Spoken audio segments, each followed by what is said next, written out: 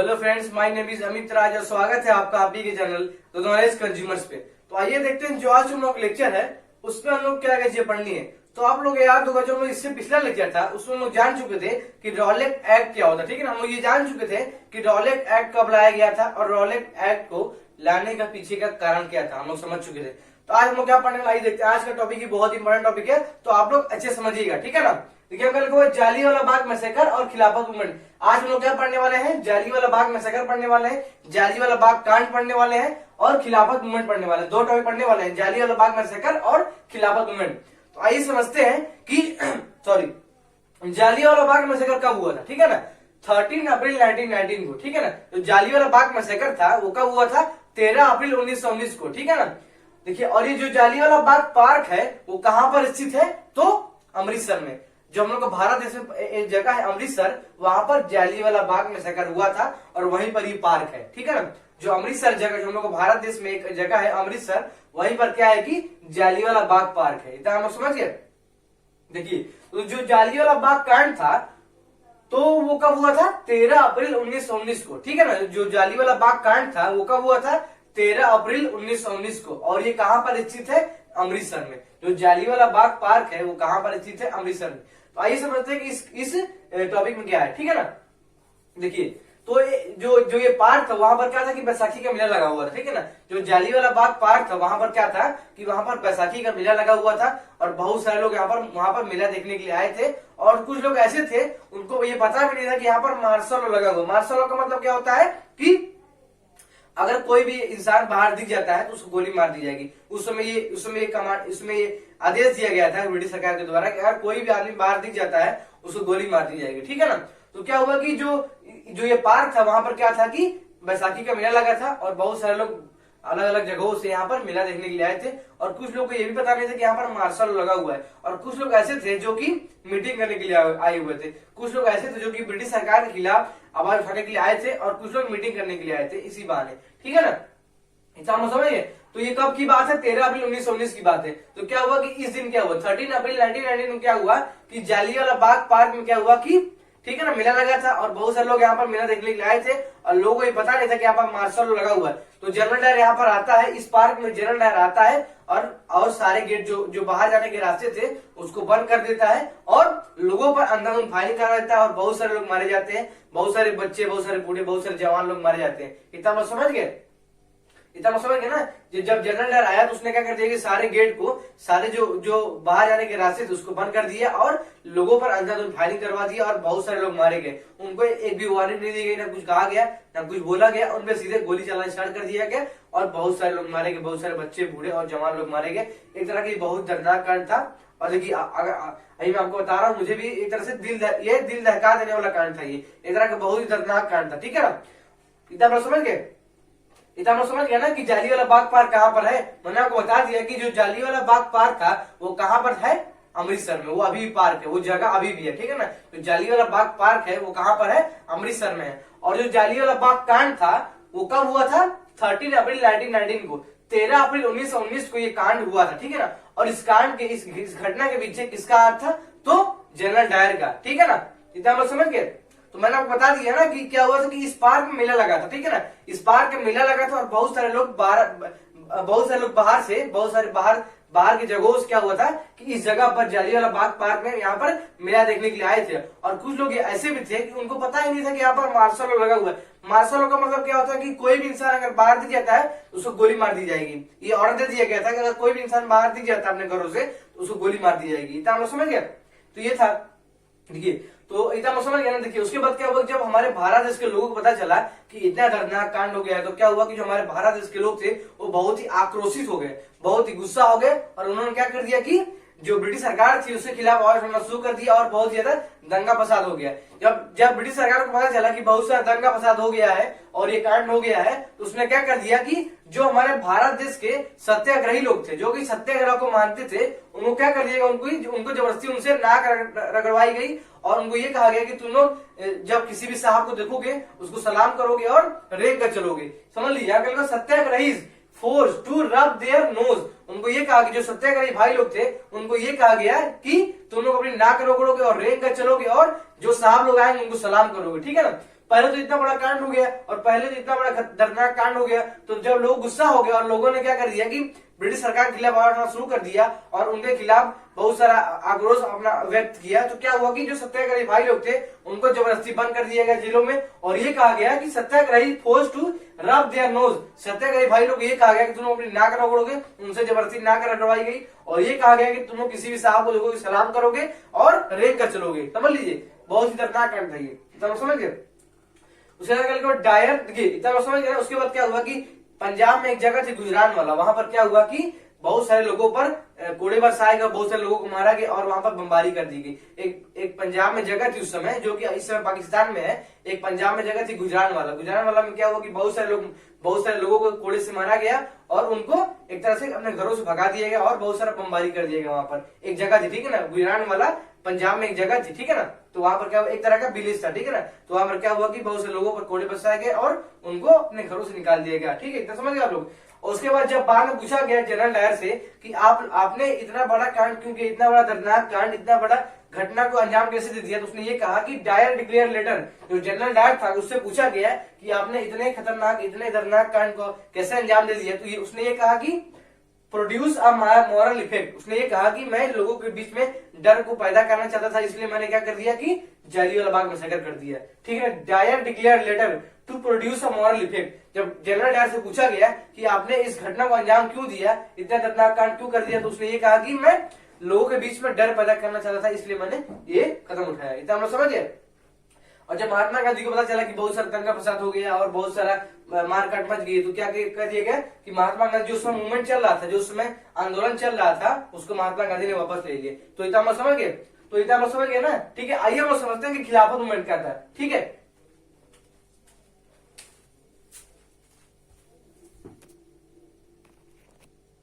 समझते हैं कि खिलाफत मूवमेंट क्या था, ठीक है ना। आइए समझते हैं कि खिलाफत मूवमेंट क्या था, ठीक है ना।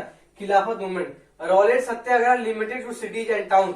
तो देखिए जो इस समय जो रॉलेट सत्याग्रह चल रहा था, अब मैंने आपको बताया था कि रॉलेट सत्याग्रह क्या होता है। देखिए जो रॉलेट एक्ट जो ब्रिटिश सरकार के द्वारा लाया गया था, उसको अपोज करने के लिए रॉलेट सत्याग्रह को लाया गया। देखिए रॉलेट एक्ट, देखिए रॉलेट एक्ट और रॉलेट सत्याग्रह दोनों में अंतर है, ठीक है ना। जो रॉलेट एक्ट था वो किसके द्वारा लाया गया था, तो ब्रिटिश सरकार के द्वारा, और जो रॉलेट सत्याग्रह था वो हमारे भारत देश के क्रांतिकारियों के द्वारा लाया गया था, ठीक है ना। जो रॉलेट सत्याग्रह था वो क्या था कि limited to cities and town, ठीक है ना। यहाँ पर लिखा हुआ कि Rowlatt Satyagraha limited to cities and town, ठीक है ना। जो रॉलेट सत्याग्रह था वो शहरों में और सिर्फ टाउन्स में ही सीमित होकर रह गया था, ठीक है ना। जो रॉलेट सत्याग्रह था वो सिर्फ limited to cities and town, ठीक है ना।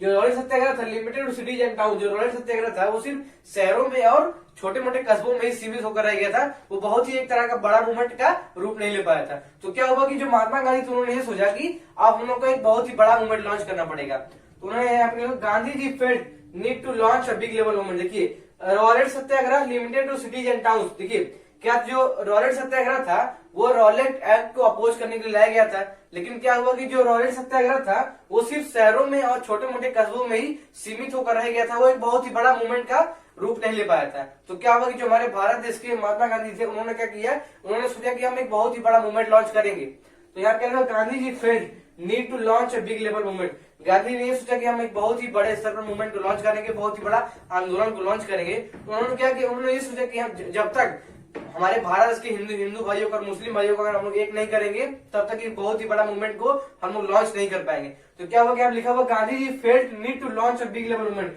जब गांधी ने ये सोचा कि हम बहुत ही बड़ा एक मूवमेंट लॉन्च करेंगे, बहुत ही बड़े स्तर का मूवमेंट लॉन्च करेंगे, तो उन्होंने ये सोचा कि हम क्या करेंगे, हमारे भारत के जो हिंदू भाई लोग थे और जो मुस्लिम भाई लोग थे उनको एक करने की उन्होंने बात सोची। और यहाँ क्या लिखा हुआ है, first world war defeat of Ottoman Turkey. देखिए जब क्या हुआ कि फर्स्ट वर्ल्ड वॉर हुआ था 1939, देखिए 1914 में और 1918 में जो वर्ल्ड वॉर हुआ था, ठीक है ना।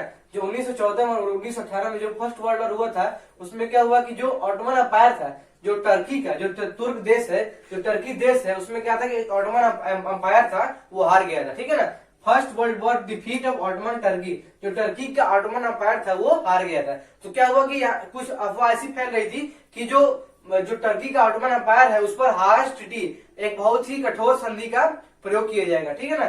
First world war defeat of Ottoman Turkey, जब लोगों को पता चला कि फर्स्ट वर्ल्ड वॉर हो गया है 1914 में और 1918 में क्या हुआ था कि फर्स्ट वर्ल्ड वॉर हुआ था। तो क्या हुआ कि जब लोगों को पता चला कि जो टर्की का ऑटोमन अंपायर है वो हार चुका है, और उस पर एक अफवाह फैल गई थी कि एक बहुत ही कठोर ट्रीटी को, बहुत ही हार्श ट्रीटी को इम्पोज किया जाएगा। तो क्या हुआ कि बहुत सारे हमारे भारत देश के जो मुस्लिम भाई लोग थे उन्होंने क्या किया कि खिलाफत कमेटी का गठन हुआ। इस बात को अपोज करने के लिए फर्स्ट वर्ल्ड वॉर जब हुआ था तो क्या हुआ कि जो ऑटोमन अंपायर था वो हार चुका था, तो एक अफवाह फैली थी कि इस पर एक हार्श ट्रीटी को इम्पोज किया जाएगा। तो क्या हुआ कि जो खिलाफत कमेटी थी वो कब फॉर्म हुई थी? 1919 में। देखिए खिलाफत कमेटी बॉम्बे में क्या हुई थी, इसका खोज हुआ था और 1919 में, ठीक है ना। जो खिलाफत कमेटी थी उसका गठन कब हुआ था? 1919 में, और ये बॉम्बे में हुआ था, ठीक है ना।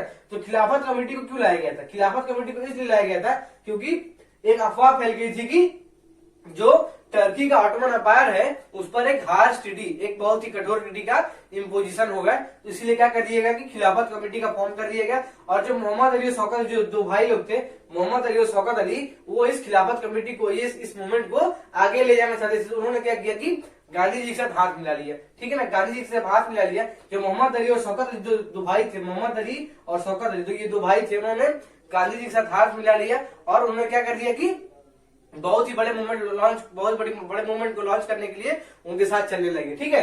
तो आप समझिए, अगर ऐसा पूछ देगा कि खिलाफत कमेटी का गठन कब क्यों हुआ था, तो आप लोग बताइएगा। जो खिलाफत कमेटी है वो कब गठन हुआ था?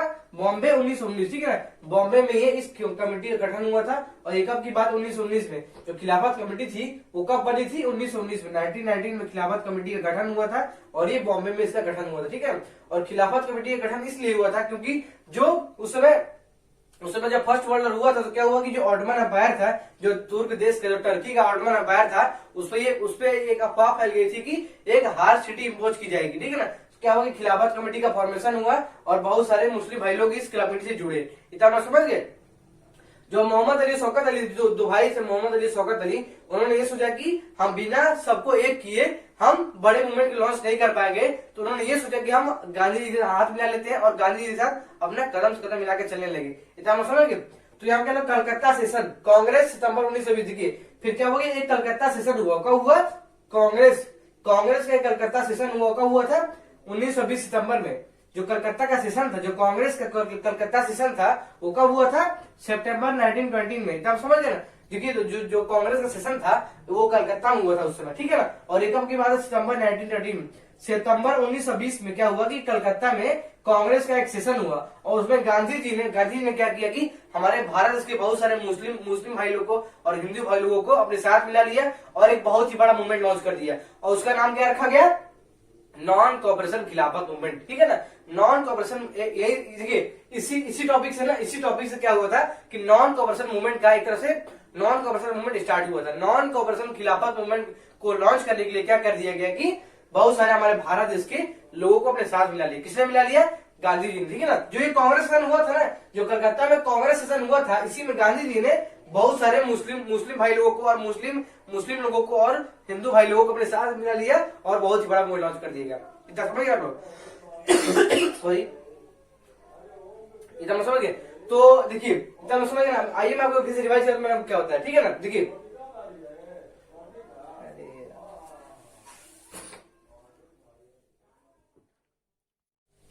तो आइए मैं आपको रिवाइज करा देता हूं। मैंने आपको अभी क्या बताया, ठीक है।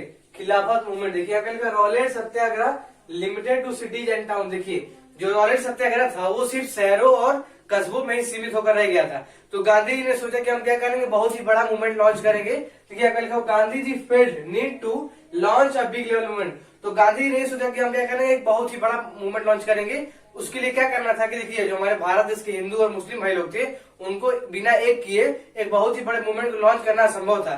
तो गांधी ने ये सोचा कि हम क्या करेंगे, पहले जो हमारे भारत देश के हिंदू भाई लोग मुस्लिम भाई लोग हैं सबको एक साथ मिलाएंगे, उसके बाद ही हम क्या करेंगे, बहुत ही बड़ा मूवमेंट लॉन्च करेंगे, ठीक है। यहाँ पर लिखा हुआ first world war defeat of Ottoman Turkey. देखिए जब फर्स्ट वर्ल्ड वॉर हो गया है 1914 और 1918 के बीच में क्या हुआ कि फर्स्ट वर्ल्ड वॉर हुआ और उसमें जो ऑटोमन टर्की है, जो टर्की का एक ऑटोमन अंपायर था वो हार गया, ठीक है ना। जो टर्की का ऑटोमन अंपायर था वो हार गया। तो एक अफवाह फैली कि जो टर्की का ऑटोमन एम्परर है उस पर की एक हार्श ट्रीटी, एक बहुत ही कठोर संधि का प्रयोग किया जाएगा, ठीक है ना। तो क्या हुआ कि देखिए खिलाफत कमेटी का गठन हुआ, ठीक है ना। कब गठन हुआ था? बॉम्बे 1919 में। देखिए बॉम्बे में खिलाफत कमेटी का गठन हुआ था और कब हुआ था? 1919 में। 1919 में बॉम्बे में खिलाफत कमेटी का गठन हुआ था, ठीक है। इतना हम समझ गए। तो इस कमेटी में क्या हुआ कि जो मोहम्मद अली और शौकत अली दो भाई थे, मोहम्मद अली और शौकत अली जो दो भाई थे, वो इस खिलाफत कमेटी में क्या करते कि एक तरह से भाग ले रहे थे। और उन्होंने क्या किया, गांधी जी के साथ अपना हाथ मिला लिया, गांधी जी के साथ हाथ मिला लिया और क्या किया कि बहुत ही बड़ा मूवमेंट को लॉन्च कर दिया। ठीक है ना। तो यहाँ पे कलकत्ता सेशन, कांग्रेस सितंबर 1920, देखिए कलकत्ता सेशन हुआ, कब हुआ था, कांग्रेस का कलकत्ता सेशन हुआ सितंबर 1920 में। सितंबर 1920 में क्या हुआ कि कलकत्ता में कांग्रेस का एक सेशन हुआ और उसमें गांधी जी ने भारत देश के सारे हिंदू और मुस्लिम भाई लोगों को एक साथ मिला लिया और एक बहुत ही बड़ा मूवमेंट लॉन्च कर दिया, जिसको क्या नाम दिया गया, नॉन कोऑपरेशन खिलाफत मूवमेंट। ठीक है ना, नॉन कोऑपरेशन खिलाफत मूवमेंट।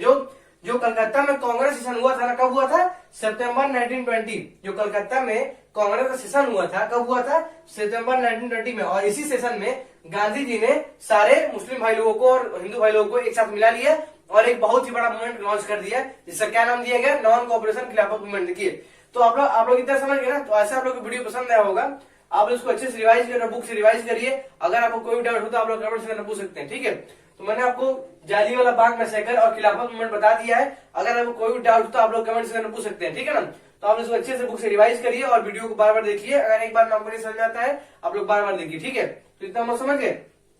तो इस टॉपिक में सिर्फ इतना ही था। देखिए, और जो हम लोग इससे अगला लेक्चर है उसमें हम लोग जानेंगे कि जो नॉन कोऑपरेशन मूवमेंट था वो भारत के अलग अलग शहरों में और गांवों में कैसे कैसे भाग लिए, और जो भारत देश के अलग अलग लोग थे, अलग अलग स्तर के लोग थे, उन्होंने कैसे हमारे भारत देश में क्या किया कि खिलाफत मूवमेंट में और नॉन कोऑपरेशन मूवमेंट भाग लिया। ऐसे कौन कौन से लोग थे जो हमारे भारत देश के लोग थे, जो कि उन्होंने नॉन कोऑपरेशन मूवमेंट में अलग अलग स्तर के लोग थे जिन्होंने नॉन कोऑपरेशन मूवमेंट में भाग लिया। अलग अलग जगहों से लोग थे, अलग अलग स्तर के, मिडिल क्लास, लोअर क्लास, ऐसे जो लोग थे उन्होंने क्या किया कि वो नॉन कोऑपरेशन भाग लिया। जो हम इससे अगला लेक्चर उसमें लोग जानेंगे कि कौन कौन से कैसे कैसे लोगों ने भाग लिया था। तो आशा लोगों को वीडियो पसंद आया होगा। सो थैंक यू, मिलेंगे अगले वीडियो में, तब तक के लिए धन्यवाद।